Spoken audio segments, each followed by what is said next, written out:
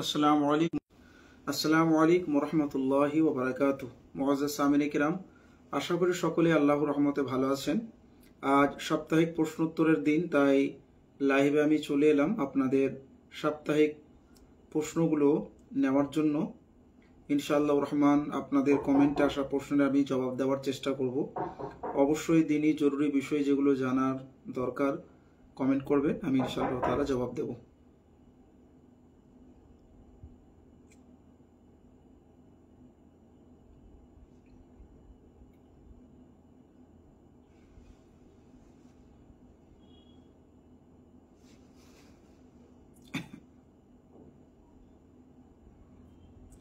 জি, ওয়ালাইকুম আসসালাম রহমতুল্লাহি ওয়া বারাকাতুহু। ভালো আছেন হাশিমউদ্দিন ভাই?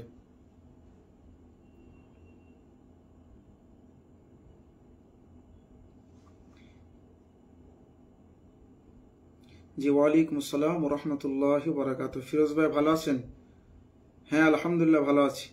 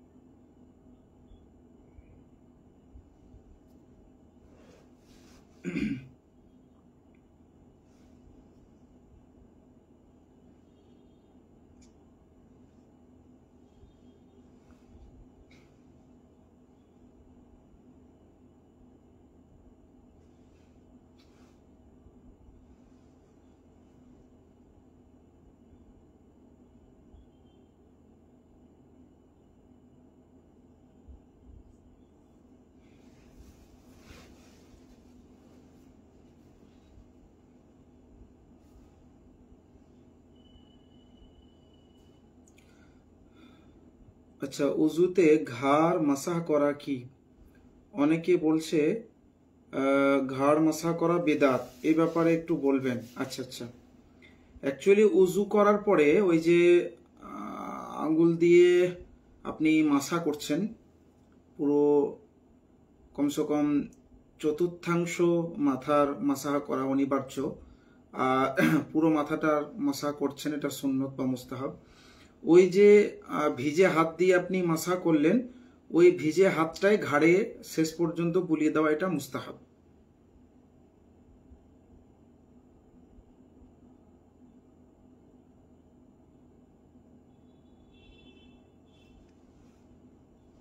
এটা বিদাত নয়। যারা বিদাত বলছে তাদেরকে বলতে হবে যে কেন এটা বিদাত বা কেন এটা চলবে না।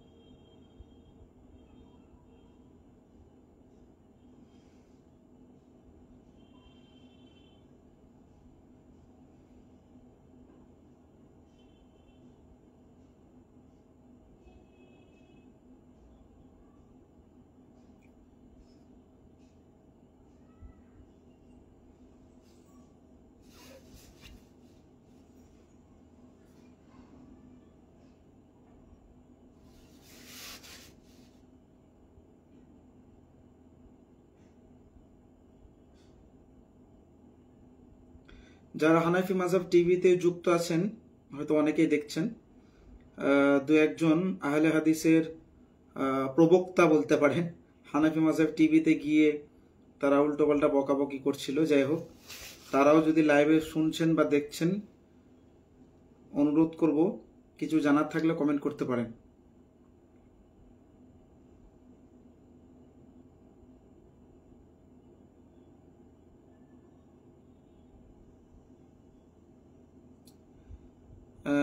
দুই আঙ্গুল দিয়ে চুমু খায়, উজুর সময়তে চুমু খান এমন তো বিষয় নেই। উজুর সময়তে চুমু খাওয়ার বিষয় নেই।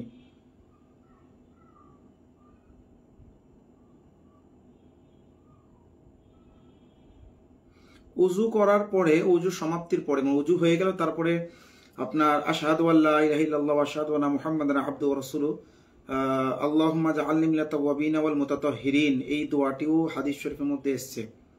কলমা শরীফটিও এটা উজু করার পরে পড়ার সম্পর্কে এসেছে। উজু করার পরে চুমু খাওয়ার ব্যাপার নেই, তবে হ্যাঁ আল্লাহর ওই যে আশহাদু আল্লা ইলাহা ইল্লাল্লাহ মুহাম্মাদান আবদুহু ওয়া রাসূলুহু সাল্লাল্লাহু আলাইহি সাল্লাম বা আল্লাহ রাসূলের নাম নিয়ে যদি চুমু খাচ্ছে সেটা কোনো অসুবিধা নেই, কারণ ওটা উজু বলে, ওটা উজুর কারণে চুমু খাওয়া হলো না, বরং রসুলের নাম নিয়ে চুমু খাওয়া এটা প্রমাণ আছে। আল মাকাসিদুল হাসানার মধ্যে ইমাম সাখাবী রহমতুল্লাহ আলাইহি একটি হাদিস এনেছেন, এছাড়াও বহু মুহাদ্দিসিনে কেরামগণ হাদিস এনেছেন যেটা প্রমাণিত আছে।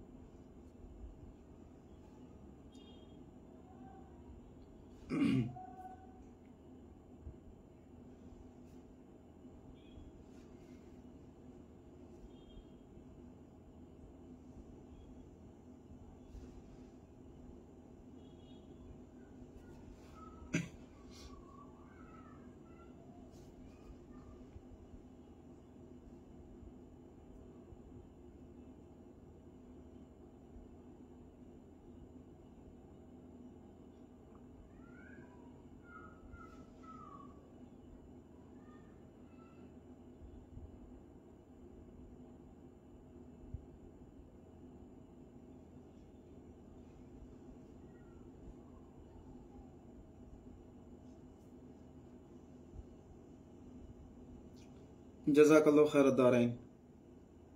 অবশ্যই প্রশ্ন করবেন, উত্তরের জন্যই আছি, ইনশাআল্লাহ রহমান উত্তর দেওয়ার চেষ্টা করব।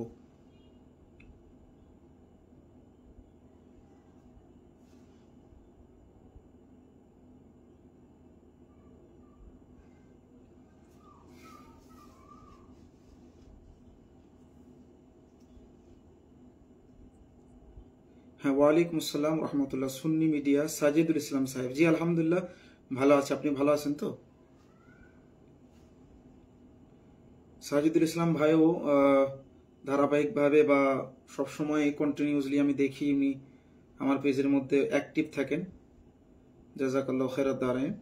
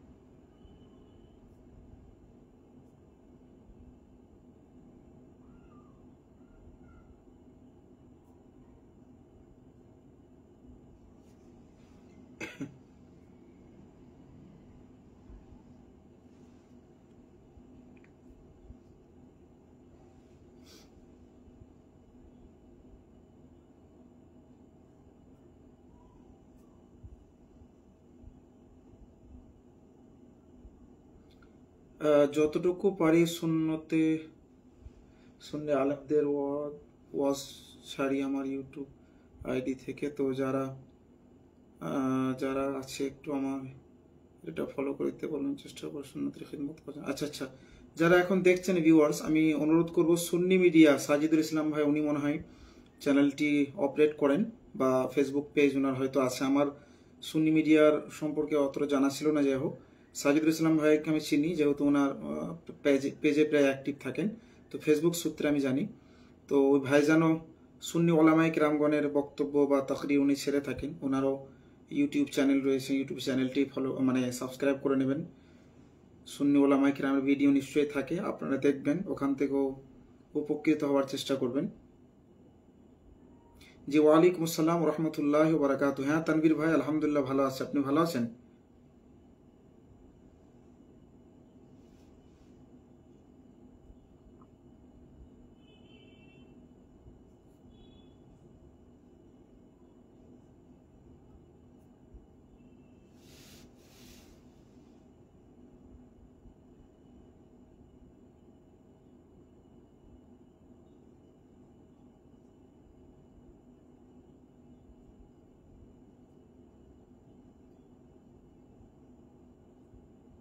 জি ওয়ালাইকুম আসসালাম রহমতুল্লাহি ওয়া বারাকাতুহু। হ্যাঁ ইনজামুল ভাই ভালো আছে আলহামদুলিল্লাহ।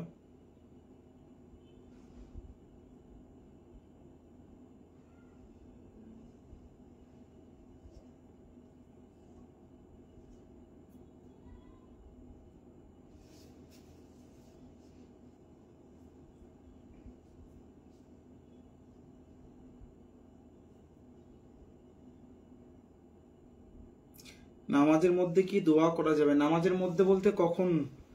নামাজে অ্যাকচুয়ালি নামাজের মধ্যেও বহু দোয়া রয়েছে, নামাজের ভিতরেই অনেক দোয়া আছে।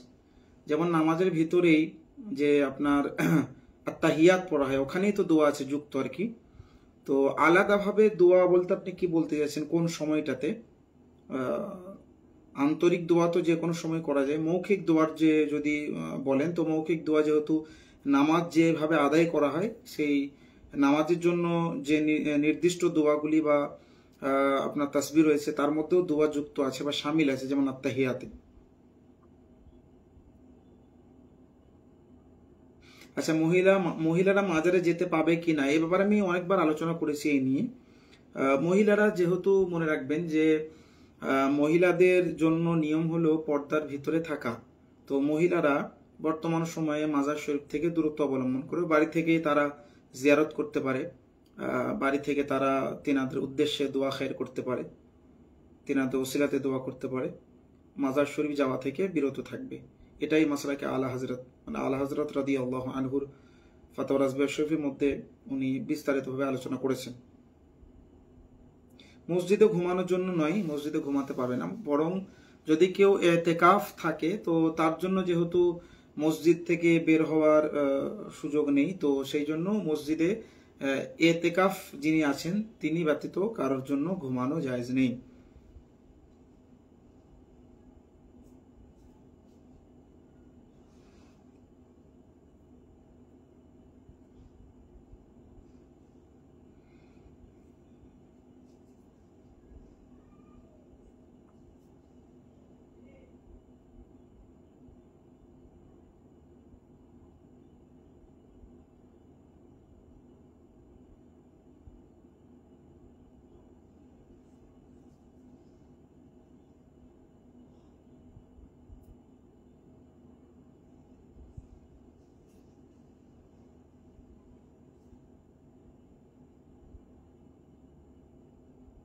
কোনো চিটার মৌলবি আল্লাহ নামে কটূক্তি করে, তার বক্তব্য শোনা যাবে কিনা?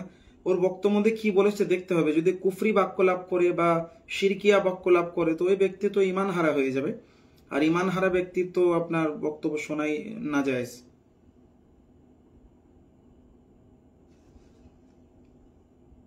নবীর নাম কালে আসলে কি পড়তে হয়? সাল্লাল্লাহু আলাইহি সাল্লাম। হ্যাঁ, সাল্লাল্লাহু আলাইহি সাল্লাম তো দরুদ হলো, তার সঙ্গে যখন চুম্বন খাবেন তখন বলবেন কুররাতু আইনি বিকা ইয়া রাসূলুল্লাহ, মানে আমার চোখের শীতলতাই আপনার মোবারক নাম দিয়েই হয়, হে আল্লাহর রসুল, এটার অর্থ। দেওবন্দি ওয়াহাবিরা খুতবার আজান দ্বিতীয় কাতারে দেয়, এর পক্ষে কি কোনো দলিল আছে, বা তারা কোনো কোন দলিলের ভিত্তিতে দ্বিতীয় কাতার আজান দেয়? বাইরে দেয় না, অথচ আবু দাউদ শরীফের 1088 নম্বর হাদিস দ্বারা বাইরে আজান দেওয়া প্রমাণিত। হ্যাঁ, অবশ্যই আবু দাউদ শরীফের 1088 হাদিস সহ একাধিক মুহাদ্দিসিনে কেরাম বা ব্যাখ্যাকার গণ বর্ণনা দিয়েছেন যে মসজিদের ভিতরে আজান কোনো আজানই হয়নি, বরং মসজিদের বাহিরে আজান হয়েছে। কারণ আল্লাহ রসুলের জামানা থেকেই মিজানা এটা প্রচলিত আছে, মিজানা।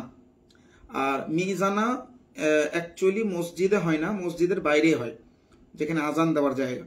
তাছাড়াও খুতবার যে আজান যেটাকে বলা হয়, ওই আজানটাও পর্যন্ত মসজিদের বাইরে দরওয়াজা দিয়ে দেওয়া হতো, আর মসজিদে নববী শরীফেও দেওয়া হতো, এটাই বর্ণিত রয়েছে বিভিন্ন কিতাবের মধ্যে রয়েছে, মারাকিল ফালাহ সহ। এবং সুনান আবু দাউদ শরীফের হাদিস 1088 হাদিসের ব্যাখ্যার মধ্যেও বহু মুহাদ্দিসিনে কেরাম বয়ান করেছেন যে আজান অ্যাকচুয়ালি ওটা মসজিদের বাইরে, দরওয়াজার বাইরে, এবং মেম্বার সম্মুখে, মানে মেম্বার সামনাসামনি দেবে। এর মানে নয় যে মেম্বারের কাছে গিয়ে দেবে, মানে মেম্বার আপনার সম্মুখে বিল মোকাবিল থাকবে, এইভাবে আজান দেবে।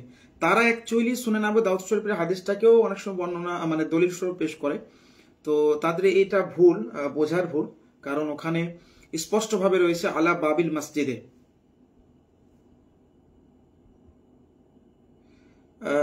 হুজুর, একটা পোস্ট বা ভিডিও ফেসবুকে খুব দেখা যাচ্ছে বা দেখতে পাচ্ছি, বাংলাদেশের আলেমদের যেটা হচ্ছে গরুর ভুঁড়ি খাওয়া,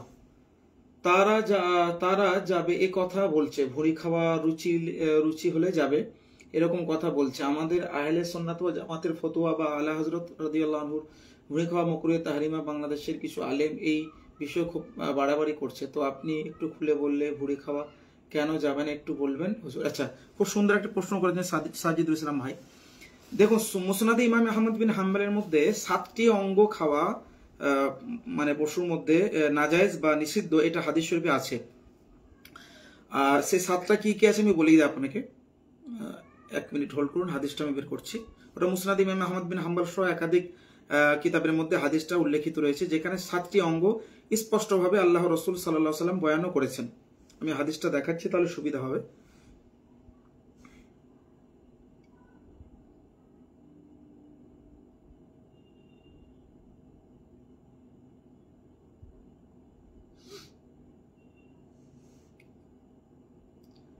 ভুঁড়ি খাওয়ার বিষয়টা ক্লিয়ার হয়ে যাওয়া আশা করছি।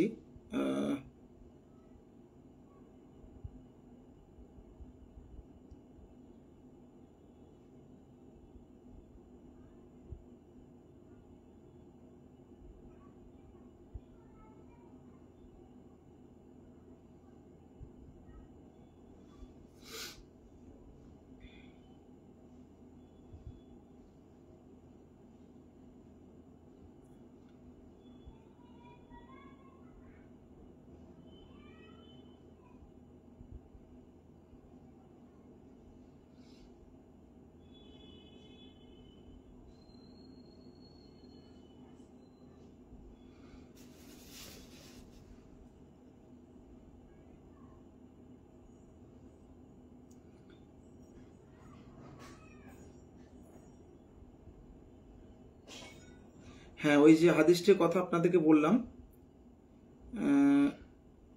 1 মিনিট।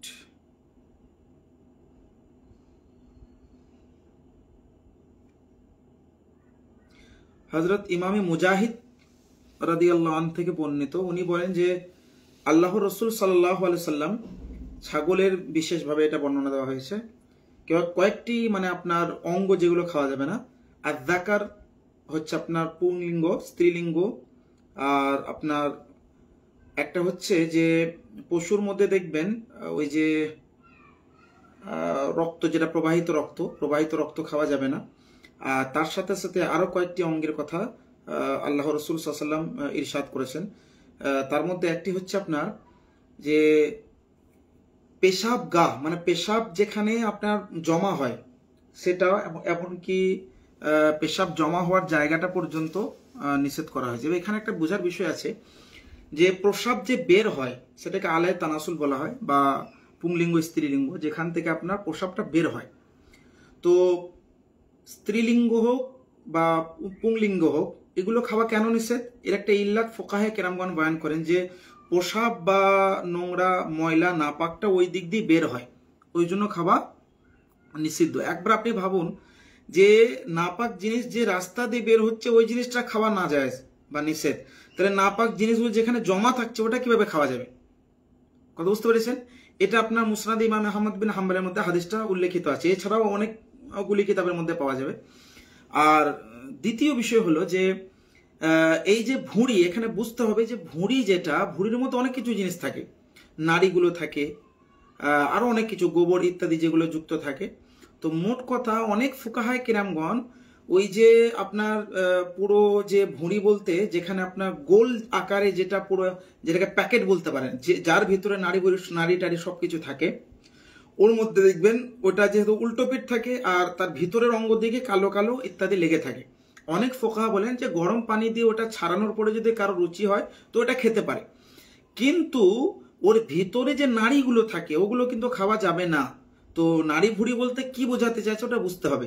রুচি বলতে শুধু ওই অংশটাকে অনেকে বলেছেন যে রুচি হলে খেতে পারে, সেটা হচ্ছে আপনার ওই যে প্যাকেটের মতো, আমি আপনাকে উদাহরণ দিচ্ছি, যেমন গোল একটা প্যাকেটের মতো, তার ভিতরে থাকে আপনার নাড়ি টাড়ি অনেক কিছু জিনিস।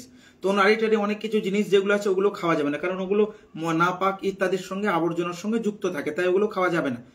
আর যেটা আপনার পুরো প্যাকেটটা, তার ভিতরের অংশটাতে কালো কালো লোমের মতো থাকে, যেটা পানি দিয়ে ছাড়িয়ে দিলে, গরম পানি দিয়ে ছাড়িয়ে দিলে ছেড়ে যাবে, সিগমা অনেক জায়গাতে ব্যবহার হয়, ওইটাকে অনেক ফোকাহা বলেছেন, আপনার মুতাআখিরিনগণ অনেকে বলেছেন রুচি থাকলে খেতে পারো, তো অনেকে বলেছেন মাকরুহ। আলা হযরত রাদিয়াল্লাহু তাআলা আনহু উনি নারী ইত্যাদিগুলোকে খাওয়া নিষিদ্ধ করেছেন।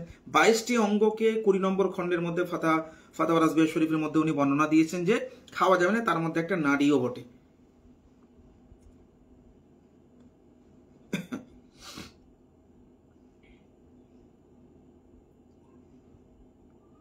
কোন ইমাম যদি বলে আল্লাহ ব্যস্ত আছে, সেই সব চিটা ইমামকে পিছনে নামাজ পড়া যায় না, তার পিছনে নামাজ পড়া যাবে না। আল্লাহ পাক ব্যস্ত হওয়া থেকে পবিত্র এবং পাক। ব্যস্ত থাকা মানুষের এটা গুণ, মানে আপনার বৈশিষ্ট্য হতে পারে, আল্লাহর গুণ এটা নয়। আল্লাহ মহা গুণে গুণান্বিত। আল্লাহ পাক রব্বুল আলামিন ব্যস্ত হওয়া থেকে উনি পাক ও পবিত্র।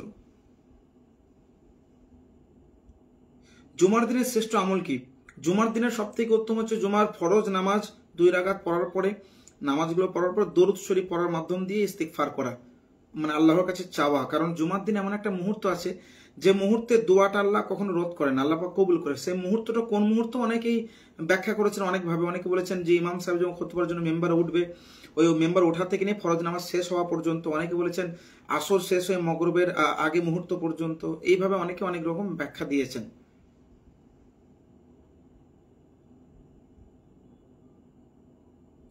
হুজুর, কোনো ব্যক্তির পুরো পাসপোর্টটা হারাম অর্থ দিয়ে বানানো হয়, তবে কি ওই ব্যক্তি ওই পাসপোর্ট দ্বারা বিদেশে গিয়ে কোনো কাজের মাধ্যমে অর্থ উপার্জন করতে পারবে? অনুগ্রহ করে উত্তরটা জানাবেন। হ্যাঁ, পাবে।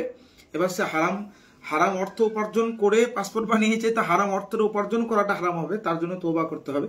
তার কারণে এফেক্ট পড়বে না ওই ভবিষ্যতে কাজ কাম করে উপার্জন করাটা।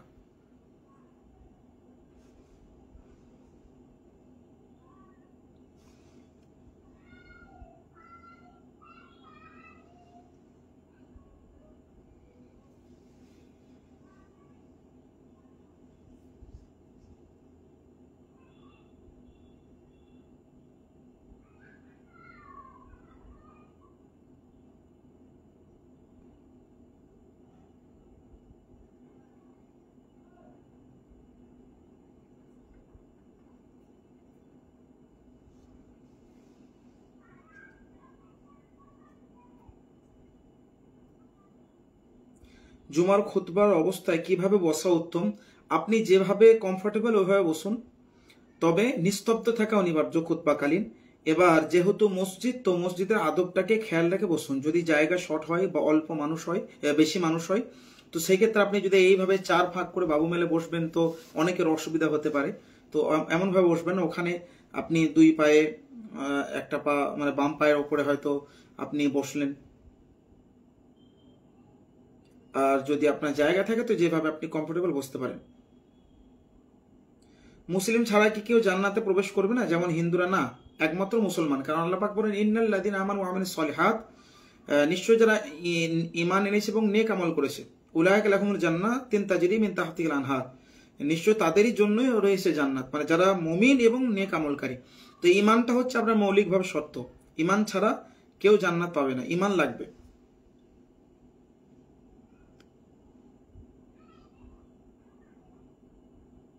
হুজুর, নামাজে ইকামতের সময় হাইয়া আলাস সালাহ বলার আগে যারা দাঁড়িয়ে যায় নামাজে, তাদের নামাজ কি হবে? নামাজ তো হয়ে যাবে, তবে ওই আমলটা অ্যাকচুয়ালি কোন আমলটা উত্তম এ ব্যাপারে উমদাতুল কারি আল্লামা বদরুদ্দিন আইনি রহমতুল্লাহ আলাইহির রচিত কিতাব, যেখানে বুখারী শরীফের ব্যাখ্যা লেখা আছে, তার 4 নম্বর খণ্ডের মধ্যে একটি হাদিস আনা হয়েছে যেটা হযরত আনাস বিন মালিক রাদিয়াল্লাহু আনহু থেকে বর্ণিত। হযরত আনাস রাদিয়াল্লাহু আনহু এমন একজন সাহাবী যিনি 10 বছর বয়স থেকে আল্লাহ রাসূল সাল্লাল্লাহু আলাইহি ওয়াসাল্লামের সোহবতে ছিলেন, মানে হাদিস শুনেছেন, কানে নিজ চোখে দেখেছেন, রাসূলের পাকের ওঠা বসা, রাসূলের পাকের নামাজ সবকিছু পরিদর্শন করেছেন। হযরত আনাস বিন মালিক রাদিয়াল্লাহু আনহু, হযরত আনাস রাদিয়াল্লাহু আনহু উনি বর্ণনা করেন যে আল্লাহর রাসূল সাল্লাল্লাহু আলাইহি সাল্লাম উনি যখন মসজিদে নববীতে প্রবেশ করতেন তো হাইয়া আলাস সালাহ বলার সময় সকলে উঠে আমরা নামাজ শুরু করতাম। এমনকি আমার নিজের আমল এটাই যে আমি হাইয়া আলাস সালাহ সময়তে আমি উঠতাম, এমনটা উমদাতুল কারির মধ্যে বর্ণিত আছে। এছাড়া অনেকগুলি কিতাব আছে যেগুলোতে এই প্রমাণ পাওয়া যায়। ইকামতে দাঁড়ানো নিয়ম হচ্ছে আপনি এর বিরুদ্ধে আপনি দাঁড়ালে পর ওটা সুন্নত বহির্ভূত হবে, মাকরুহ হবে।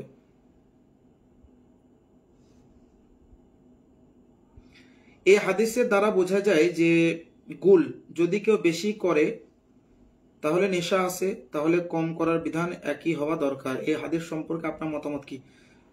মা আসকারা কাসিরুহু ফাকলিলুহু হারাম। অ্যাকচুয়ালি এটা বুঝতে হবে, এখানে যে সব ব্যক্তিরা এই হাদিসটাকে পেশ করছে বা পেশ করার চেষ্টা করছে বা আপনাদের মতো কোনো ব্যক্তিদেরকে এইরকম হাদিস পেশ করে গুমরাহ করার অপচেষ্টা চালাচ্ছে। এখানে একটা শব্দ এসছে আপনার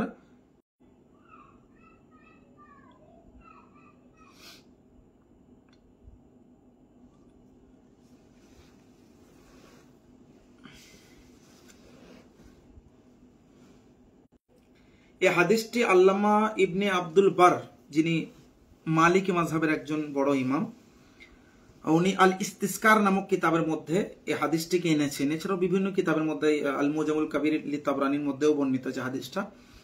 এখানে মা আসকারা কাসির হুফা কলিলু হারু, আসকারা ইউসকিরু এই শব্দ এসছে। আসকারা মানে আপনার নেশাগ্রস্ত করে দেওয়া। দেখুন একটা জিনিস হয় নেশা, নেশা বলতে কি? নেশা মানে এই নয় যে আপনি যেটা বারবার করেন। এটাকে অনেক বাংলাদেশি বক্তা এগুলোকে ভুলভাল ব্যাখ্যা করেন যে আপনি মনে করুন আমরা বাঙালি মানুষ, হ্যাঁ আমরা বাঙালি মানুষ, আমরা ভাত না খেলে ভালো লাগবে না। তো অনেক সময় কি হয়, দুপুর হলে আমাদেরকে ভাত খেতে হবে, তো এটা আমাদের নেশা কিনা বলুন? তো এটা বাংলাতে যে নেশা বলি ওই নেশা এটার অর্থ, মানে এটা যে বাংলা আমাদের নেশা, খাবার একটা নেশা। যারা গুল করে, গুল না করলে থাকতে পারে না, গুল করতে হয়, এটা হচ্ছে নেশা, মানে তাকে ইচ্ছে করে, মানে না করলে ভালো লাগে না, এটা আমরা বাংলাতে বলি নেশা। আর হাদিসে মা আসকারা এই শব্দের অর্থ কি বুঝতে হবে।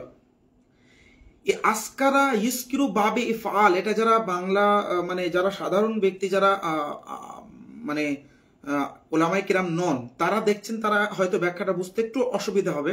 আমি আপনাদেরকে বোঝাই। আরবিতে বাবে ইফআল একটি আপনার বাব রয়েছে সারফি কায়দা অনুযায়ী। আসকারা ইস্কিরু মানে নেশা করে দেওয়া, কাউকে নেশা করে দেওয়া। এর আমি আরো অনেকগুলো ব্যাখ্যা আমি লুগাতের ভিত্তিতে আপনাদেরকে দেখাই। আচ্ছা, এখন সময় নেই, পরে আমি আপনাদেরকে যদি প্রয়োজন হয় বলে দেবো। আসকারা ইস্করু বাবে ফাল থেকে এসছে, এর মানে হচ্ছে কাউকে নেশাগ্রস্ত করে দেওয়া। মানে এর অনেকগুলো কারণ রয়েছে। আসকারা ইস্করু ইস্কার এর ব্যাখ্যা অনেক ফুকাহায়ে কেরামগণের খুব সুন্দর ব্যাখ্যা দিয়েছেন, যেটা বলার মতো এখন সময় নেই, আমি আপনাদেরকে বোঝাই। তো এই যে ভাত খাওয়ার মানে একটা নেশা, একটা মানে বারবার খেতে ইচ্ছে করে, অনুরূপ গুল মাজা। কিন্তু এটার কারণে আপনার ব্রেনটে কোনো এফেক্ট পড়ে না। এফেক্ট বলতে কেমন এফেক্ট? যেমন কেউ মদ খেলে সে ধীরে ধীরে কিন্তু আপনার স্মৃতিশক্তি হারিয়ে দেয়। অনেকে বলবেন যারা অভ্যাস আছে তারা তো এক দু কাতরা খেলে তাদের তো কিছু মনে হয় না। মনে রাখবেন, কিছু মনে না হলেও ওইটা খেলে অবশ্যই তার মধ্যে নেশার আভাস থাকে। কিন্তু এই যে আপনার গুল ইত্যাদি এগুলোর মধ্যে নেশা নেই, এটা আপনার এটাকে নেশা বলাটাই ভুল। যারা ব্যাখ্যা করছে তাদের ব্যাখ্যা দিতে হবে। অন্য পান খেলে চুন তার সঙ্গে থাকে, এগুলো নেশাগ্রস্ত। নেশা বলতে আপনি নেশাতে ফেলেন আপনাকে, আপনার মন থেকে ইচ্ছে করছে, বাস এতটুকুই পার্থক্য। তো বিষয়বস্তু হলো যে গুল ইত্যাদি মানজন, যেগুলো মাজন হিসেবে ব্যবহার করা হয়, এটা হচ্ছে আপনার মুবাহ জিনিস, এগুলো হারাম বা কোনো নেশাগ্রস্ত জিনিস না। নেশাগ্রস্ত জিনিস বলতে আপনার যেমন মদ হয়ে গেল, এই ধরনের জিনিসকে নেশাগ্রস্ত জিনিস বলা হয়। এর লম্বা ব্যাখ্যা বা বিশ্লেষণ করা যায়, বা করা যদি ভবিষ্যতে প্রয়োজন আমি করে দেবো। তবে হাদিসটির অর্থ ভুল। মাস কারা কাসিরু ফা খালিলু হারাম, মানে যেটা নেশাগ্রস্ত দ্রব্য, যেমন মদ হয়ে গেল, তার অল্প হলেও হারাম, তার বেশি হলেও হারাম। আর আপনি যেটা লিখেছেন গুল ইত্যাদি, তো গুলটাও মদের মধ্যে পড়ে না।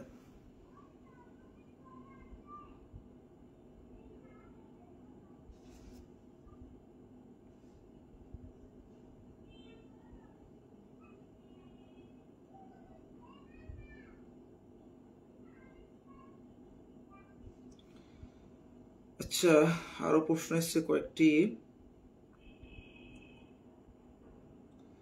ফতোয়া রাজবিয়া শরীফের 15 খণ্ডে ইমাম আলা হযরত রাদিয়াল্লাহু আনহু এই বিষয়ে খুব স্পষ্ট করে বলেন যে রাসূল পাক সাল্লাল্লাহু আলাইহি ওয়াসাল্লামকে চিনে না, কোরআন সুন্নাহ দাওয়াত তার কাছে পৌঁছায়নি, তার হুকুম কিয়ামতের দিন আল্লাহর হুকুম হবে, তাকে হয়তো পরীক্ষা করা হবে, তখন যদি সে মানে জান্নাত, না মানলে জাহান্নাম। এটা অ্যাকচুয়ালি বর্তমান যে একটা সময় না, এই যে আলা হযরত রাদিয়াল্লাহু আনহু যেটা ব্যাখ্যা দিয়েছেন, এটা বুঝতে হবে। আগেকার যুগে মরুভূমি জায়গা, জঙ্গল এলাকা, যেখানে হয়তো কোনো রসুলের রিসালাত পৌঁছায়নি, কোনো মানে তাবলিগ বা কোনো পায়গাম পৌঁছায়নি, তাদের জন্য বিধান। তারা যদি আল্লাহ পাকের উপর বাস ইমান আনে যে কেউ একজন আছেন আল্লাহ পাক আমাদের স্রষ্টা, সেও আল্লাহ পাক চালে জান্নাতে যাবে। কিন্তু এইটা বর্তমান যুগে লাগু হবে না বর্তমান মানুষের জন্য। কেন? কারণ বর্তমান কিছু হলে সোশ্যাল মিডিয়াতে সব এমনি জেনে যাচ্ছে, তার কাছে রসুলের রিসালাত পৌঁছায়নি বলাটাই ভুল। তো বর্তমান সময়ে এই হাদিসটা মানে আপনার এই কথাটা লাগু হবে না। যদি এরকম কোনো জায়গা হয়, এখনো যদি হয়, তাহলে এটা লাগু হবে, কিন্তু সাধারণত এরকম দেখা যায় না। হুজুর ফুরফুরা, জনপুরি এরা নিজেকে সুন্নি দাবি করে, কিয়ামত করে কিন্তু আলা হজরতকে মানে না, তারা কি সুন্নি? সুন্নি হওয়ার জন্য আলা হজরতকে মানা কি জরুরি? আকিদা ঠিক থাকলে তারা কি সুন্নি হবে? দেখুন, আলা হজরত রাদিয়াল্লাহু আনহুকে মানতে হবে, এর মানে আমরা কি বলি? আলা হজরতের শুধু ব্যক্তিত্বকে তো আমরা মানি না, আলা হজরতের লেখনীকে মানি। তো আলা হজরতের লেখনীটা তো বাড়ির লেখনী নয়, কোরআন সুন্নাহ মোতাবিক লেখনী। তো যারা আলা হজরতের লেখনীকে মানবে না, সেটা কোরআন হাদিসকে মানলো না। আলা হজরতের ব্যক্তিত্বকে মানা বিষয়টা আলাদা, তার মহব্বত আছে কি নেই। এমন কোনো মুজাদ্দিদকেও যদি কেউ না মানে বা অস্বীকার করে, তার হুকুম ভিন্ন। এবার বিষয় হলো ফুরফুরার যারা মতানুসারে চলে, তাদের আকিদাও ঠিক নেই। কারণ ফুরফুরা সম্পর্কে আশারুফ আলী থানভী তার একটি কিতাব নাসরুত্তিবের মধ্যে, আমি বহুদিন আগে একবার এই লেখনীটা পড়েছিলাম, নাসরুত্তিবের মধ্যে সম্ভবত আছে যে উনার কাছে কোনো একজন ব্যক্তি মুরিদ হতে চাইলেন, তো উনি বললেন যে আমার ভাই যার বাড়ি পশ্চিম বাংলায় আবু বাকার সিদ্দিক, তার কাছে কি মুরিদ হচ্ছে, আমারই আকিদার প্রচার প্রসার করে। তো এই বাক্য থেকেও বোঝা যাচ্ছে যে আশারুফ আলী থানভীর মতানুসারেই বা তার আকিদাগুলোরই পরিচালনা করে বা প্রচার প্রসার করে ফুরফুরাওয়ালারা। তাদের প্রকাশ্য আমলগুলো সুন্নিদের মতো হতে পারে, বাট তাদের আকিদাগুলো একবারে খারাপ। তো এখানে আলা হজরতকে মানা না মানার বিষয়টা আসছে না, অ্যাকচুয়ালি তাদের আকিদাটাই খারাপ। দ্বিতীয় প্রশ্ন হলো যে আলা হজরতকে মানাটা কি জরুরি? আমি বলবো বর্তমান সময়ে আলা হজরত রাদিয়াল্লাহু তাআলা আনহুর নামটাই হচ্ছে সুন্নিয়াতের পেহচান। বলবেন কেন? কারণ আলা হজরতকে মানবো না, তার একটা কারণ বলুন আমাকে। যারা সুন্নি হবে তারা কেন মানবে না, তার একটা কারণ আমাকে বলে দিন খালি। যারা মানবে না তারা সুন্নি কি সুন্নি না পরে কথা, মানে যারা সুন্নি হবে তারা কেন মানবে না, তার একটা রিজন বলে।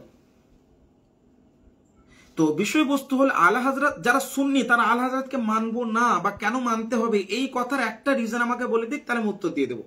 মানে আমি যে ভাইজান আপনি আমাকে লিখেছেন, আমি প্রশ্নটা আপনাকে করছি না, অ্যাকচুয়ালি আপনাকে যারা প্রশ্নটা করেছে আপনি তাকে বলুন যে দেখুন আলা হযরতকে মানাটা ইমানের অংশ কিনা বা মানতে হবে কিনা বিষয়টা পড়ে।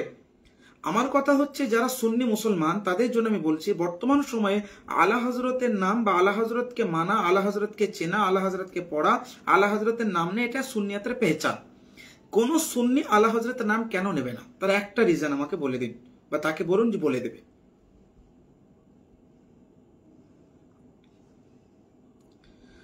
আমরা যে মাজারে মানত করে থাকি মুরগি খাসির, সেই মান্যটা পালন করতে গিয়ে তো আমরা বেশি গুনাহ করে ফেলি। আজকাল তো বেশিরভাগ মাজারে ভণ্ডামি হচ্ছে, যেমন ধরেন মেলা বাজার আরো অনেক কিছু, ছেলে মেয়েদের আবাদ ঘোরাফেরা এসব মান্যত করা থেকে তো করাই না করাই ভালো হুজুর, বেশিরভাগ মাজারে ভণ্ডামি হচ্ছে। হ্যাঁ, এই সমস্ত আপনি কেন করবেন? এই সমস্ত মান্যত করা থেকে আমিও নিষেধ করব। অ্যাকচুয়ালি মান্যত এগুলো হচ্ছে মান্যত উরফি, হাকিকি মান্যত বলা হয় যেগুলো ইসলাম ধর্মে অলরেডি ফরজ, ওই রকম কোন জিনিসকে মান্যত করা। যেমন আপনি 2 রাকাত নামাজ পড়বেন, মান্যত করলেন, কিছু সাদকা করবেন, দান খয়রাত করে মান্যত করবেন। তো মুরগি খাসির দেওয়া এই মান্যত করা, এটা কোনো মান্যতে, এটা মান্যত উরফি, এটা প্রচলিত আছে। বলছি না যে এটা কোনো নেকি পাবেন না, হ্যাঁ সব পাবেন আপনি গেলে পারে আল্লাহর ওলির দরবারে, কিন্তু ওই মহিলাদেরকে নিয়ে গিয়ে যাবে, এগুলো নাজায়েজ ও হারাম। তাদেরকে নিয়ে গিয়ে এরকম মান্যত পূরণ করা যাবে না, ওইসব মান্যত পূরণ করাই যাবে না যেগুলো মহিলাদেরকে নিয়ে করতে হবে। অনেক মহিলারা করে থাকেন, এই সমস্ত মান্যত করা যাবে না। যে মান্যতটা করতে হবে সেটা হচ্ছে আপনি দান খায়রাতের মান্যত করতে পারেন। হ্যাঁ, আল্লাহর ওলির দরবারে যান, আপনি কোনো কিছু নিয়ে গেলেন, যদি কেউ মুরগিও জবাই করে নিয়ে যায় বিতরণের উদ্দেশ্যে, মহিলাদেরকে নিয়ে গেলে হবে না, খাইয়ে দিয়ে বিতরণ করে দিলেন। আর ওখানে যেসব ভণ্ডামিগুলো হচ্ছে ওদেরকে দেওয়ার থেকে না দেওয়া অনেক ভালো। আমি অনেক জায়গায় দেখেছি, এমনকি পাথর চাপড়ি তো আমি দেখেছি অনেকবার গিয়ে, কেউ খাসির জিন্দা নিয়ে গেলে গিয়ে তাকে দিয়ে দিল, আর ওই ভণ্ড সমস্ত দালালগুলো নিয়ে গিয়ে পেছনে কোনো একটা ঘরে গিয়ে ভরে দিচ্ছে। আমি অনেকবার তাকে বারণ করেছি, 2-3 বার আমি গিয়েছিলাম, 2-3 বারের মধ্যে প্রায় 2 বার আমি বারণ করেছি এরকমই ভণ্ডামি। এই কি হচ্ছে, কোথায় নিয়েছিল না, ওই যে সমাজে জমা হয়, বিক্রি হয়ে মাজারে লাগবে কাজে, অ্যাকচুয়ালি মাজারে লাগে না, তারা নিজের পেটে যাবে। তো এইসব ভণ্ডামি থেকে দূরে থাকা দরকার।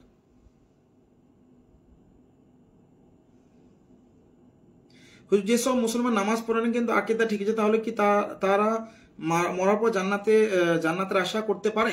দেখুন, জান্নাতে যাওয়াটা, আমি একটা বিষয় আপনাদেরকে বলে দিই, কবরে অখণ্ড ভারতের বিখ্যাত মুফতি আহমদ ইয়ার খান নাইম রহমতুল্লাহ আলাই, উনি একটি ব্যাখ্যা রয়েছে, উনি একটি ব্যাখ্যার মধ্যে রয়েছে, যেমন মিশকাত শরীফের উনি একটি উর্দু ব্যাখ্যার কিতাব লিখেছেন, মিশকাত শরীফের একটি উর্দু ব্যাখ্যা উনি লিখেছেন। ওখানে একটা জায়গায় সাধারণত আমি বহুদিন আগে কোন এক আমাদেরই মানে সহপাঠী কেউ ছিলেন, উনি উর্দু সারা পড়ছিলেন সম্ভবত, ওই আপনার ওই মিশকাত শরীফের কোন একটা হাদিস বুঝতে। আমার বিষয়টা বলার উদ্দেশ্য এটা যে ওই হাদিসটা মানে ওই কিতাবটা এনে আমাকে দেখালেন যে এই ব্যাপার, এই হাদিসটা একটু দেখবেন তো আপনার কি লেখা আছে এখানে। মানে উনি অ্যাকচুয়ালি উনি জানেন বা উনি জানতেন, ওখানে ব্যাখ্যা করার উদ্দেশ্য ছিল ওনার যেটা এর ব্যাখ্যাটা আরো কি হতে পারে।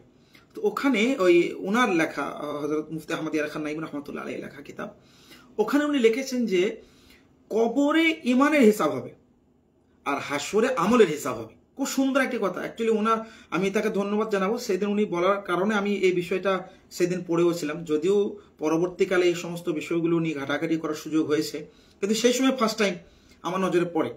তো কবরে অ্যাকচুয়ালি ইমানের হিসাব হয় আর হাসরে আমলের হিসাব হয়।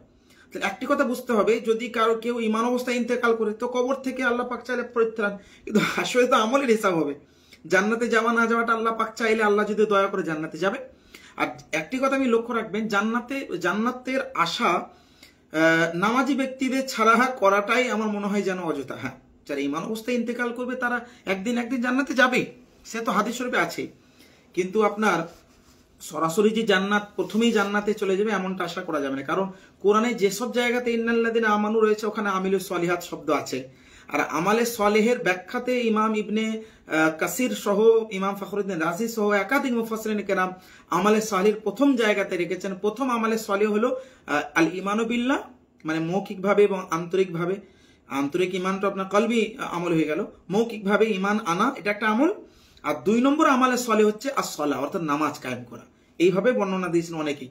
তো অ্যাকচুয়ালি নামাজের মাধ্যম দিয়ে আশা করা যায়। তবে নামাজ পড়লেই যে জান্নাতে যাবে এমন কোনো ব্যাপার নেই। জান্নাতে আল্লাহ পাক রব্বুল আলামিন যাকে চাইবেন তাকে প্রদান করবেন। তবে এই সমস্ত হাদিস এবং কোরআনী তাফসিরের মাধ্যম দিয়ে এটা বোঝা যায় যে ইমান এবং আমল এটা লাগবে।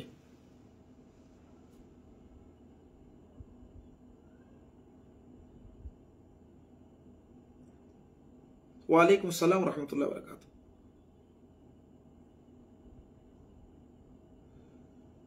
সাদা সারাব অবস্থায় নামাজ পড়তে পারবো? বুঝতে পারলাম না, সাদা কি লিখেছে ওটা? সারাব। একটু বোনকে বলবো আপনি একটু, হালিমা খাতুন যাই হোক আইডিতে লেখা আছে, আপনি সাদা স্ক্রাব বলছেন না কি বলছেন বুঝতে পারেন, একটু যদি আপনি ক্লিয়ার করে দিতেন। সাদা আচ্ছা, সাদা স্ক্রাব কি মানে যেটা আপনার পর্দার বা হিজাবের ভেতরে যেটা পড়ে অবস্থায় নামাজ পড়তে পাবো কিনা? অ্যাকচুয়ালি মহিলাদের মনে রাখবে পর্দা করাও জরুরি। আপনার মুখ বাদ দিয়ে, মুখ এবং হাতের এই 2 হাত তালু এবং পায়ের পাতা বাদ দিয়ে পুরো অঙ্গটা আপনার আবৃত করতে হবে। এমনকি এত পাতলা পোশাক পরলে হবে না যে হয়তো এমন পাতলা ওড়না বা হিজাব যে চুলগুলো বোঝা যাচ্ছে, তাতেও নামাজ হবে না। মোটা আপনার দিয়ে ভালো করে ঢেকে নামাজ পড়তে পারেন। সেটা সাদা কালারও হতে পারে, অন্য কালারেও পড়তে পারে। বাকি যদি কিছু জানতে চেয়েছেন তো আপনি লিখতে পারেন। হযরত আবু বকর, হযরত ওসমান গনি রাদিয়াল্লাহু আনহুম এনাদের নাম শুনে তৃপ্তি না পেলে বরং কষ্ট পায়, সে কি আহলে সুন্নাত থাকতে পারে? সে গুমরাহ ব্যক্তি মনে করুন। এগুলো শিয়াতের আলামত, শিয়া ব্যক্তিদের আলামত এগুলো। হুজুর মির্জা গোলাম মোহাম্মদ কাদিয়ানীকে কেন কাকে ফটো দিয়ে একটু ভেঙে দেখা করে বলবেন? হুজুর মির্জা গোলাম মোহাম্মদ কাদিয়ানীকে কেন কাকে ফটো দিয়ে, বুঝতে পারলাম না ভাই আপনার কথাটা।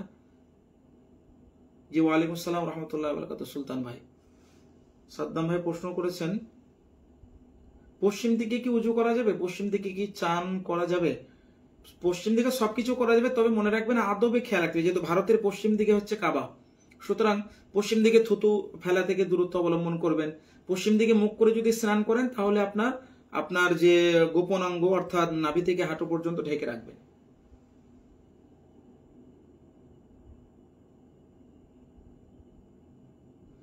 আপনি কি মানেন যে নবী সাল্লাল্লাহু আলাইহি সাল্লাম কিয়ামতের আগে পর্যন্ত নিজের উম্মতের আমল দেখিয়ে থাকেন এবং সাহাবান? অবশ্যই আল্লাহ রাসূল সাল্লাল্লাহু আলাইহি ওয়াসাল্লাম নিজে বলেন, এটা বিভিন্ন কিতাবের মধ্যে হাদিসটি রয়েছে। আল্লাহ রাসূল সাল্লাল্লাহু আলাইহি ওয়াসাল্লাম বলেন যে রুফিআ লিয়াদ দুনিয়া কুল্লুহা, আল্লাহ পাক পুরো সমগ্র ভূখণ্ডকে আমার জন্য উঠিয়ে দিয়েছেন। আর উঠিয়ে দিয়েছেন কিভাবে? কান্নাহা আনজুরু ইলা কাফি হাজিহি। আচ্ছা, এখানে আরো বলেন যে ইন্নী আনজুরু ইলা মা ফিহা কাইনুন ইলা ইয়াউমিল কিয়ামা কান্নামা আনজুরু ইলা কাফি হাজিহি। অর্থাৎ আমার জন্য আল্লাহ সমগ্র ভূখণ্ডকে এমন ভাবে তুলে দিয়েছেন যে আমি এখানে যা কিছু হচ্ছে আগামীতে হবে কিয়ামত পর্যন্ত সবকিছু আমি ওইভাবে দেখছি যেমনি ভাবে একজন মানুষ তার হাতের তালুকে দেখে।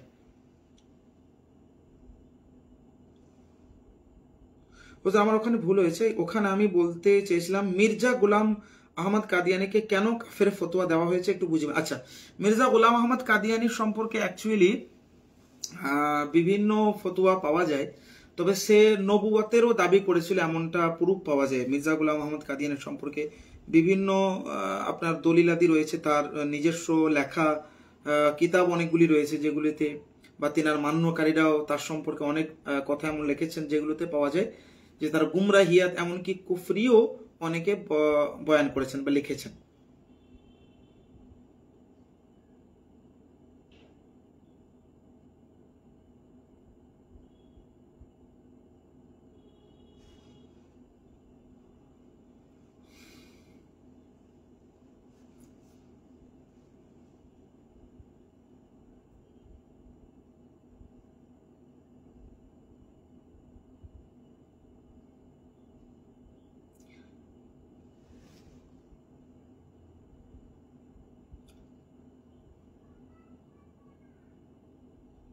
আচ্ছা আচ্ছা আচ্ছা আচ্ছা, সাদা স্রাব অবস্থায় নামাজ পড়া যাবে কিনা জিজ্ঞাসা করছে। আচ্ছা আচ্ছা আচ্ছা, যাক আমি বুঝতে পারিনি, দুঃখিত। বলছিলাম যে অনেক মহিলাদের দেখবেন, বলি একটা বিষয়, যে মাসিক যে স্রোত বয়ে যায় তার একটা সময়সীমা আছে, সর্বনিম্ন 3 দিন আর সর্বোচ্চ হচ্ছে 10 দিন। যদি 3 দিনের কমেই বন্ধ হয়ে যায় তাহলে ওটা হচ্ছে আপনার রোগ, ওটাকে ইস্তিহাজা বলা হয়। আর যদি 10 দিনের পরেও জারি থাকে ওটাকেও ইস্তিহাজা বলা হয়, যেটাকে সাদা স্রাব বলে অনেকে বর্ণনা করে। অনেক সময় সাদা স্রাব বের হয়, এটার কারণে উজু নষ্ট হবে কিন্তু নামাজ ভঙ্গ, মানে আপনার গোসল ফরজ হবে না। সুতরাং যদি কারো এরকম হয় বা হয়ে থাকে তো সে উজু নামাজের পূর্বে উজু করে নেবে, দিয়ে নামাজ পড়বে, সে নাপাক হবে না।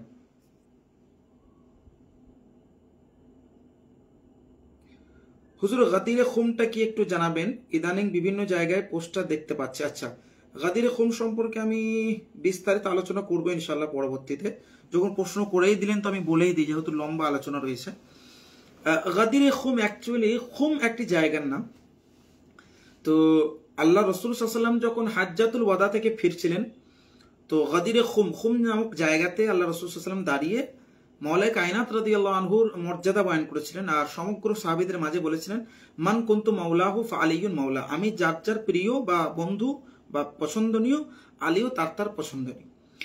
এই হাদিসটাকে তারা নিয়ে ব্যাখ্যা করে যে এখান থেকে হাদিস থেকে প্রমাণ হয় যে মওলাই কায়নাত রাদিয়াল্লাহু আনহু হচ্ছেন যে খলিফায়ে মুতলাক, মানে উনি হচ্ছেন খলিফা, প্রথম খলিফা, উনি ছাড়া কেউ প্রথম খলিফা নয়। এটা হচ্ছে তাদের মজবুত দলিল হাদিসটা। এই দলিলটা কিভাবে ভেঙে যাবে আমি একটি উদাহরণ দিই, অনেক লম্বা আলোচনা আছে, আমি সংক্ষিপ্ত আকারে বোঝাই। তাদের দলিলটা বুঝতে পারলেন তারা কিভাবে দলিলটা দিচ্ছে, দেখুন যে লক্ষাধিক সাহাবী ছিলেন, তিনাদের মাঝে আল্লাহ রাসূল সাল্লাল্লাহু আলাইহি ওয়াসাল্লাম এটা বলেছেন, আর মান কুনতু মাওলাহু ফাআলিয়ুন মাওলা বলেছেন, যে আমি যার মওলা আলী তার মওলা। আমি আপনাকে বলি যে খলিফার বিষয়টা তো অত্যন্ত আপনার ইম্পর্টেন্ট একটা বিষয়, তাই না? উম্মতের ভালাইয়ের জন্যই এটা একটি পথ, উম্মতের সৎ প্রদর্শনের জন্য, রাস্তা দেখানোর জন্যই তো এটা একটা ধরুন বড় একটি পথ। তো যদি মানকুত মৌলা আলিউর মৌলা, মৌলা বলতে ওখানে খলিফাই যদি অর্থ হতো বা এটাই যদি আল্লাহ রসুল বোঝাতে চাইতেন তো মৌলা শব্দ কেন বললেন? খলিফা শব্দ বলতে পারতেন আল্লাহ রসুল। মানে এত অস্পষ্ট বা মুবহাম বাক্য কেন বললেন যে আমি যার মৌলা আলী তার মৌলা? তাহলে বোঝা গেল এখান থেকে খলিফা বলার উদ্দেশ্য নয়। আমি তাও বলি যদি উদ্দেশ্য এটাই হয়, আল্লাহ রসুল হজ করছিলেন, মিনাতে গেলেন, মুজদালফায় গেলেন, আরাফাতে গেলেন, কাবা ঘরে জিয়ারত করলেন, সব করলেন, এই সব জায়গাগুলো বাদ দিয়ে একটা ছোট্ট একটি জায়গা খুম নামক জায়গায় এসে কেন এটা বললেন আল্লাহ রসুল সাল্লাল্লাহু আলাইহি ওয়াসাল্লাম? যদি খলিফা বলাটাই উদ্দেশ্য ছিলেন তাহলে বুঝতে পারছেন এখান থেকে খলিফা উদ্দেশ্য নয়। এবার বলবেন হুজুর খলিফা উদ্দেশ্য নয় আপনি কিভাবে বলছেন? এটা তো যেহেতু অস্পষ্ট শব্দ, তা আপনি খলিফা নয় এটা কিভাবে প্রমাণ করছেন? আমি দুটি দলিল দিচ্ছি, এটা নিয়ে আলোচনা চলবে, যেহেতু মাহে মুহররম আগামী শুক্রবারও আমার প্রোগ্রাম রয়েছে, তারপরেও প্রোগ্রাম হবে ইনশাআল্লাহ, আলোচনা শুনতে পাবেন। আমি সংক্ষিপ্ত বোঝাই যে কেন নয়। পবিত্র কোরআন শরীফে আয়াত দেখুন, ফাইন্নাল্লাহা হুয়া মাওলাহু ওয়া জিবরিল ওয়া সালিহুল মুমিনিন ওয়াল মালায়েকাতু বা'দা যালিকা যহির। কোরআনের আয়াত, আল্লাহ পাক বলেন যে আল্লাহ তোমাদের দোস্ত, জিবরিল তোমাদের দোস্ত, মুমিনগণ তোমাদের দোস্ত, সমস্ত ফেরেশতারা তোমাদের দোস্ত। এখানে মাওলা বলতে দোস্ত, এটা আমি বলছি না, একাধিক তাফসীরকারও ওনারা বর্ণনা দিয়েছেন। ওখানে মাওলা বলতে দোস্ত, আর মাওলা শব্দের অর্থ বিভিন্ন কিতাব, লিসানুল আরব উঠিয়ে দেখুন, লিসানুল আরব উঠিয়ে দেখুন, আল মুআজামুল ওয়াসিত উঠিয়ে দেখুন, লুগাতের যতগুলি কিতাব আছে উঠিয়ে দেখুন, ওখানে পাবেন মওলা শব্দের অর্থ বন্ধু, মওলা শব্দের অর্থ প্রিয়, মওলা শব্দের অর্থ নিকটবর্তী, মওলা শব্দের অর্থ অভিভাবক, এইসব শব্দগুলো পাবেন। খলিফা কোথাও পাবেন না। তাহলে খলিফা শব্দ যেহেতু নেই, এটা প্রকাশ্য অর্থ নয়, তা আপনি কিভাবে উদ্দেশ্য নেন? আচ্ছা, এখানে প্রিয় বা বন্ধু আমি যে উদ্দেশ্য নিলাম তার কারণ আছে। মান কুনতু মাওলাহু ফাআলিয়ুন মাওলা, এটা কেন বললেন? এই প্রেক্ষাপটটা বুঝতে হবে। আসলে ইয়ামান শহরের কিছু মানুষ মাওলাই কায়নাত রাদিয়াল্লাহু আনহুর বিরুদ্ধে কিছু বাক্য লাভ করেছিলেন। আল্লাহ রাসূল সাল্লাল্লাহু আলাইহি ওয়াসাল্লাম শুনতে পেলেন, তো আল্লাহ রাসূল সাল্লাল্লাহু আলাইহি ওয়াসাল্লাম বললেন যে মনে রাখো আমি যার মওলা, আলী তার মওলা। আর এখানে মওলা বলতে বন্ধু তোমরাও রেখো, মনে করো। কেন? তারপরে আল্লাহ রাসূল বলেন আল্লাহুম্মা ওয়ালি মান ওয়ালা ওয়া আদি মান আদা, হে আল্লাহ যারা আলীর সঙ্গে মহব্বত করে তুমি তার সঙ্গে মহব্বত করো, যারা আলীর সঙ্গে দুশমনি করো তুমিও করো। তো এখানে আল্লাহ পাক মহব্বতের কথা ওয়ালি মান ওয়ালা বলেছেন। এখান থেকে বোঝা যাচ্ছে হাদিসের একটা জায়গায় মওলা বলতে আপনি খলিফা অর্থ নিতে পারবেন না। কেন? ওখানে মওলা বলতে বন্ধু এবং দোস্তি বটে, তারপরেই তো আল্লাহ রসুল ওখানে বুঝিয়েছেন আল্লাহ ওয়ালি মান ওয়ালা। একটা কথা মনে রাখবেন, বালাগতের একটি সূত্র আছে যেটাকে বলা হয় লাফ নাশর মুরাত্তাব। এগুলো বুঝবেন না, বা শিয়া সম্প্রদায়ের আলেমরা পড়ে না, তারা বুঝবে না, আমি বুঝিয়ে দিচ্ছি। আমি চোখ বললাম, চোখের পরে যদি অশ্রু বলি তো এটাকে বলা হয় লাফ নাশর মুরাত্তাব। মানে আমি চোখের প্রথমে আলোচনা করলাম, তারপরে অশ্রুর আলোচনা করলাম, মানে চোখের সঙ্গে সংযুক্ত কি অশ্রু। তো আল্লাহ রসুল প্রথমে মান কুনতু মাওলাহু, আমি যার মওলা, আলী তার মওলা শব্দ বললেন, তার সাথে সাথে মহব্বতের কথা বলছেন আল্লাহু ওয়ালি মান ওয়ালা ওয়া আদি মান আদা। তো এখানেও বুঝতে আরো অনেক ব্যাখ্যা করা সম্ভব। আমি যেহেতু বক্তব্য দেওয়ার জন্য এখানে বসে এই মুহূর্তে নেই, বক্তব্যের সময় ইনশাআল্লাহ রহমান আমি এটা নিয়ে আলোচনা করব ভবিষ্যতে।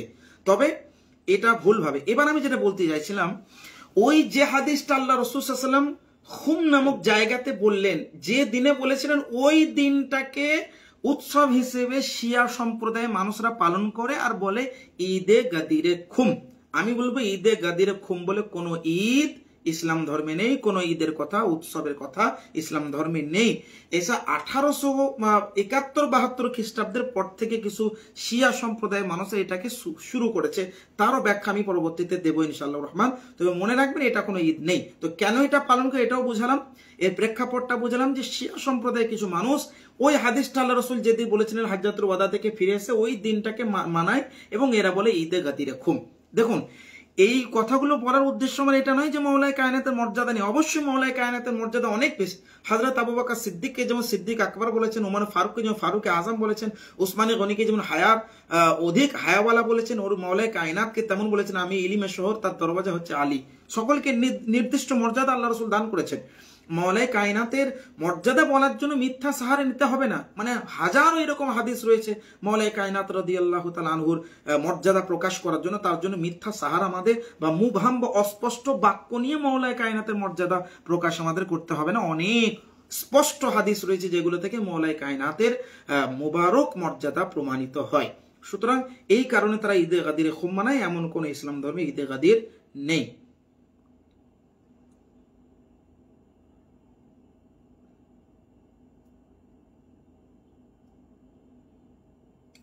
গরিব মানুষ যদি কুরবানি পশু ক্রয় করার পর হারিয়ে যায় বা চুরি হয়ে যায়, তাহলে তাকে কি নতুন পশু ক্রয় করে কুরবানি করতে হবে? আমি অনেকের মুখে শুনেছি যে নতুন ক্রয় করে দেওয়া ওয়াজিব। সঠিক উত্তরটি বলে দিয়ে বাধিত করবেন ইনশাল্লাহ। হ্যাঁ, অ্যাকচুয়ালি মনে রাখবেন, কুরবানি মালিকের নিসাবদের উপর ওয়াজিব। মনে করুন আমি মালিকের নিসাব, আমার উপরে কুরবানি ওয়াজিব। এবার কুরবানি আমার ওয়াজিব হলো মালিকের নিসাব থাকার কারণে, মানে আমার কাছে এখন টাকা আছে, মালিকের নিসাব হলাম, কুরবানি ওয়াজিব। আমার পশু হারিয়ে গেল, হারিয়ে যাওয়ার পর আমার কাছে এত আর টাকা নেই যে মালিকের নিসাব থাকবো।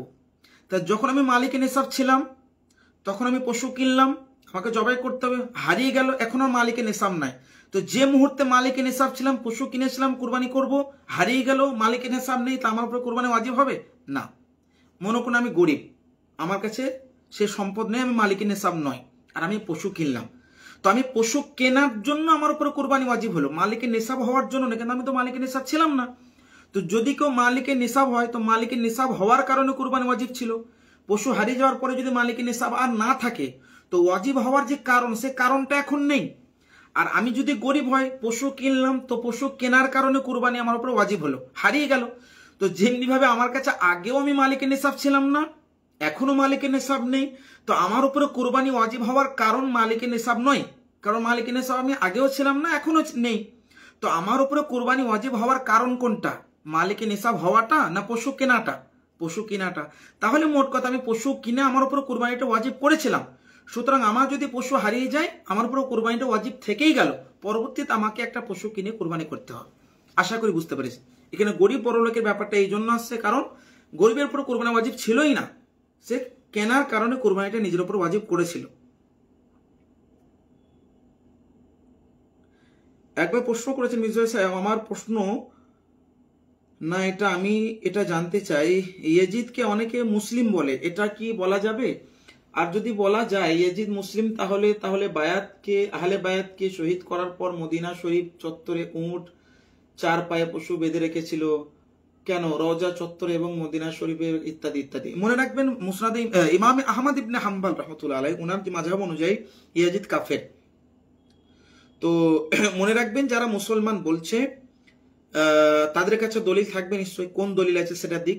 আমাদের আকীদা হলো, আমাদের মত হলো, আমাদের মাসলা হলো ইয়াজিদ হচ্ছে একজন নোংরা, একজন পাপী, একজন বদমাশ, একজন নাপাক, একজন নির্লজ্জা, একজন বেহায়া, একজন গুনাহগার। এটা হচ্ছে আমাদের মসলা। ওয়ালাইকুম আসসালাম রহমতুল্লাহ বারাকাতুহু। আব্দুল মালিক ভাই, হ্যাঁ আলহামদুলিল্লাহ ভালো আছে।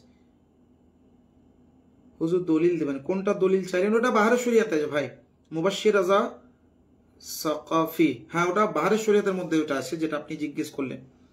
বাহারের শরিয়াতের 20 নম্বর হিস্সার মধ্যে, না সরি, যে তিনটে খণ্ড আছে তার মধ্যে দ্বিতীয় খণ্ডের মধ্যে পেয়ে যাবেন।